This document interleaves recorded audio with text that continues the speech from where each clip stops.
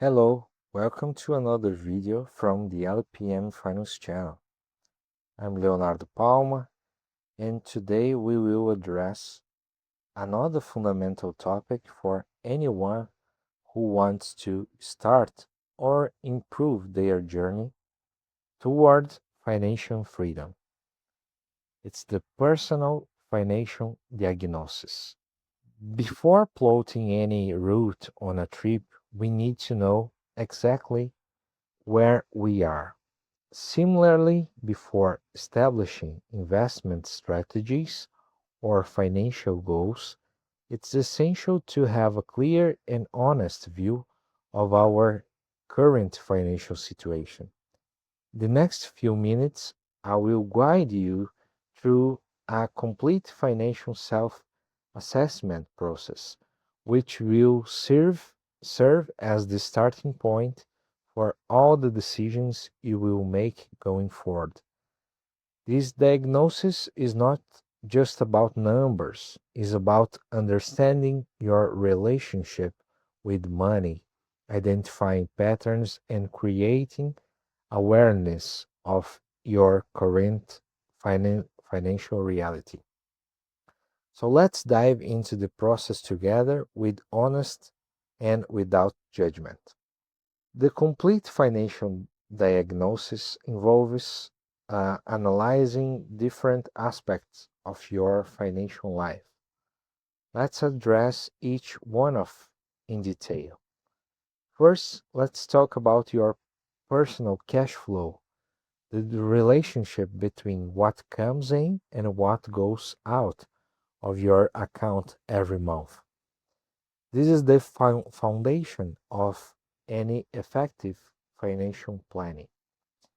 Do you know exactly how do you earn monthly, considering all source of income?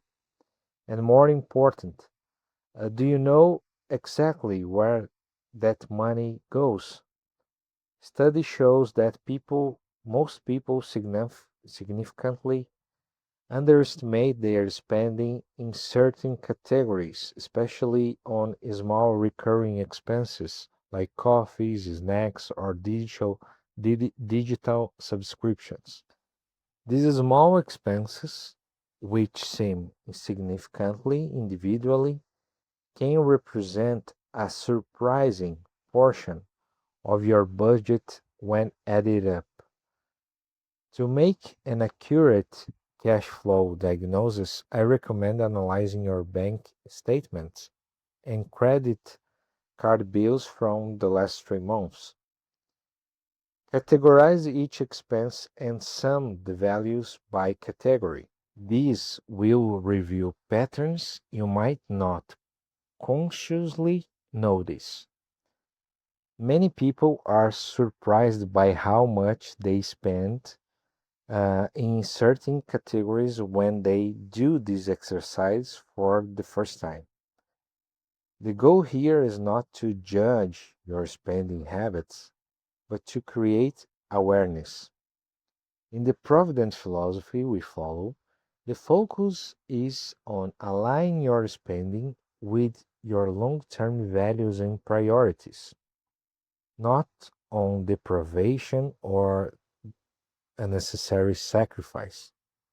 The second aspect of the financial diagnosis is your personal balance sheet, the relationship between what you own, for example, assets, and what you owe, liabilities. This is a static snapshot of your current financial situation and reveals a lot about your past decisions. List all your assets: cash in your checking account, emergency reserve, investments, real estate, vehicles, and other significant valuable items. Then list all your liabilities, loans, financial credit card balance, and any other debts. The difference between the total assets and liabilities is your net worth, a number that represents your current wealth. But beyond the absolute value, it's important to analyze the composition of that wealth. What percentage is in productive assets, which generate income or appreciation versus consumption assets, which generate expenses or depreciations. In our philosophy, we aim to gradually increase the proportion of productive assets, especially those that generate passive income through dividends, for example. The third aspect of the diagnosis is your saving rate, the percentage of your income you manage to save and invest monthly.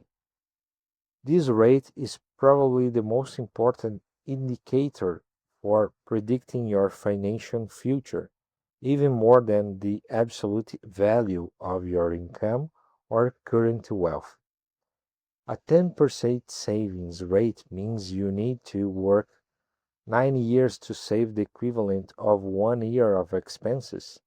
A 50% savings rate means that each year you work generates savings equivalent to 1 year of expenses. Do you see the dramatic difference here?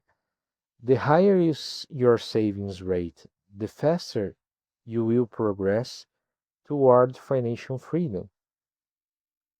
In our philosophy, we seek to maximize this rate not only through expense reduction, but primarily through the gradual increase of income and maintaining your lifestyle even as your income grows, what we call avoiding lifestyle inflation. The fourth aspect of the diagnosis is your financial protection, the measures you have in place to protect your wealth and income, generating capacity against unforeseen events. This includes your emergency reserve, essential insurance, and basic estate planning. An adequate emergency reserve generally corresponds to 3 to 6 months of expenses for employees with stable income and 6 to 12 months for self-employed individuals or those with variable income. This reserve should be in highly liquid and low-risk investments such as treasury or with the daily liquidity. As for insurance, the most important for most people are life insurance, especially if others depend on you or on your income, health insurance, and disability insurance. The absence of these predictions or protections can compromise years of financial planning in the event of a serious unforeseen event. The fifth aspect of the diagnosis is your financial education, your level of knowledge and understanding of personal finance, investments, and financial planning. This is an intangible but extremely valuable asset. Ask yourself, do you understand the basic concepts of compound interest, inflation, diversification, and asset classes? Do you feel confident making important financial decisions, or do you rely entirely on third parties? Can you distinguish between good financial advice and sales tactics? Distinguish as guidance. In our philosophy, we believe that each person should develop enough knowledge to make their own financial decisions confidently, even if they occasionally seek specialized help. Self-discernment is fundamental in this journey. The sixth and final aspect of the diagnosis is your financial mindset, your beliefs, values, and emotions.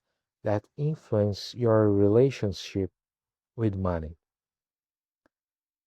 This is perhaps the most subtle aspect, but also one of the most powerful.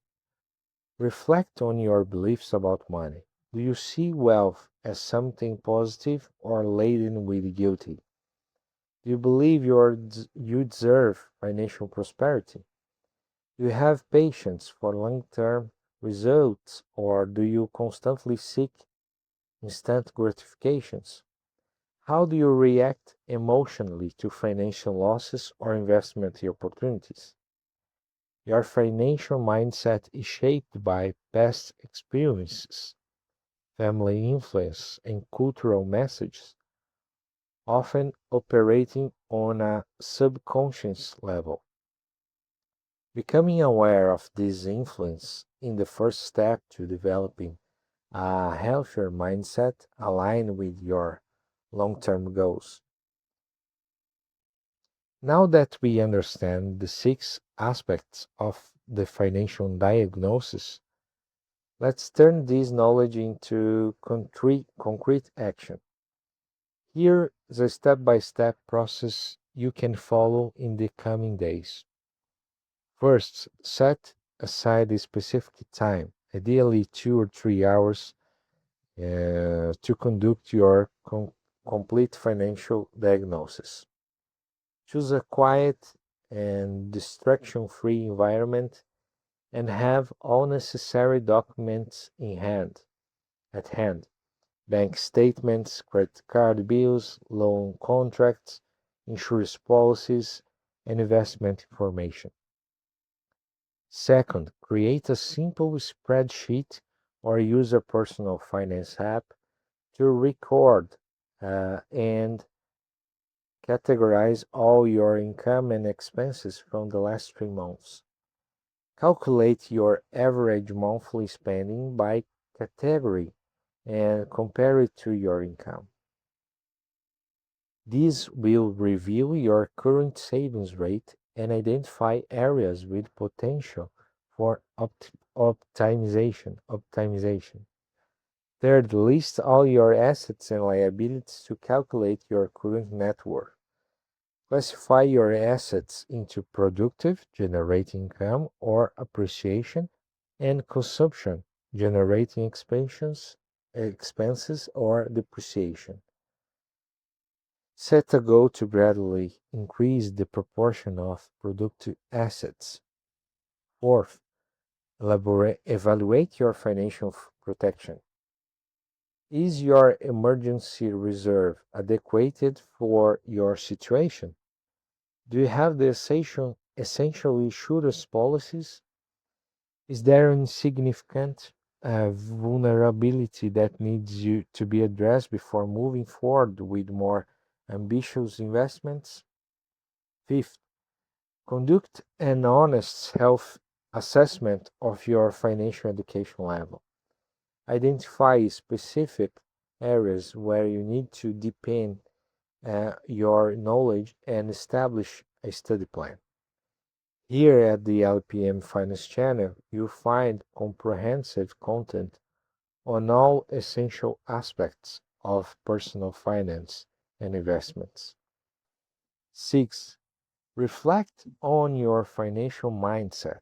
Identify limiting beliefs that may be sabotaging your financial progress and consciously work to replace them with more constructive beliefs aligned to your goals. Finally, based on this entire diagnosis, establish 3 to 5 priority actions for the next 30 days. These should be specific, measurable, and time-bound actions. For example, reducing spending on dining out by 30% the next 30 days, or research and purchase adequate life insurance by the end of the month. The financial diagnosis is not a one-time exercise. It's a practice that should be repeated periodically, ideally every 6 months or annually. It serves as a compass, ensuring you stay on the right path towards financial freedom. Remember, there is no perfect or ideal financial situation. Each person has their own journey with unique starting points and challenges. So, what matters is having clarity about where you are today and establishing a consistent plan to get where you want to be. In the next video, we will explore the basic principles of personal finance that will serve as the foundation for your entire financial journey. These principles, when applied consistently, create the solid foundation upon which we will build more sophisticated investment and passive income generation strategies. If you haven't subscribed to this channel yet, do so now and activate notifications so you don't miss any content. Share this video with friends and family who may also benefit from this knowledge. And remember, for less than $1 per day, you can join our exclusive community with access to in-depth content, a specialized library, and direct interaction with me. The link of our social medias and to contact us is in the video description. So thank you so much for your attention, your time, and see you in the next video.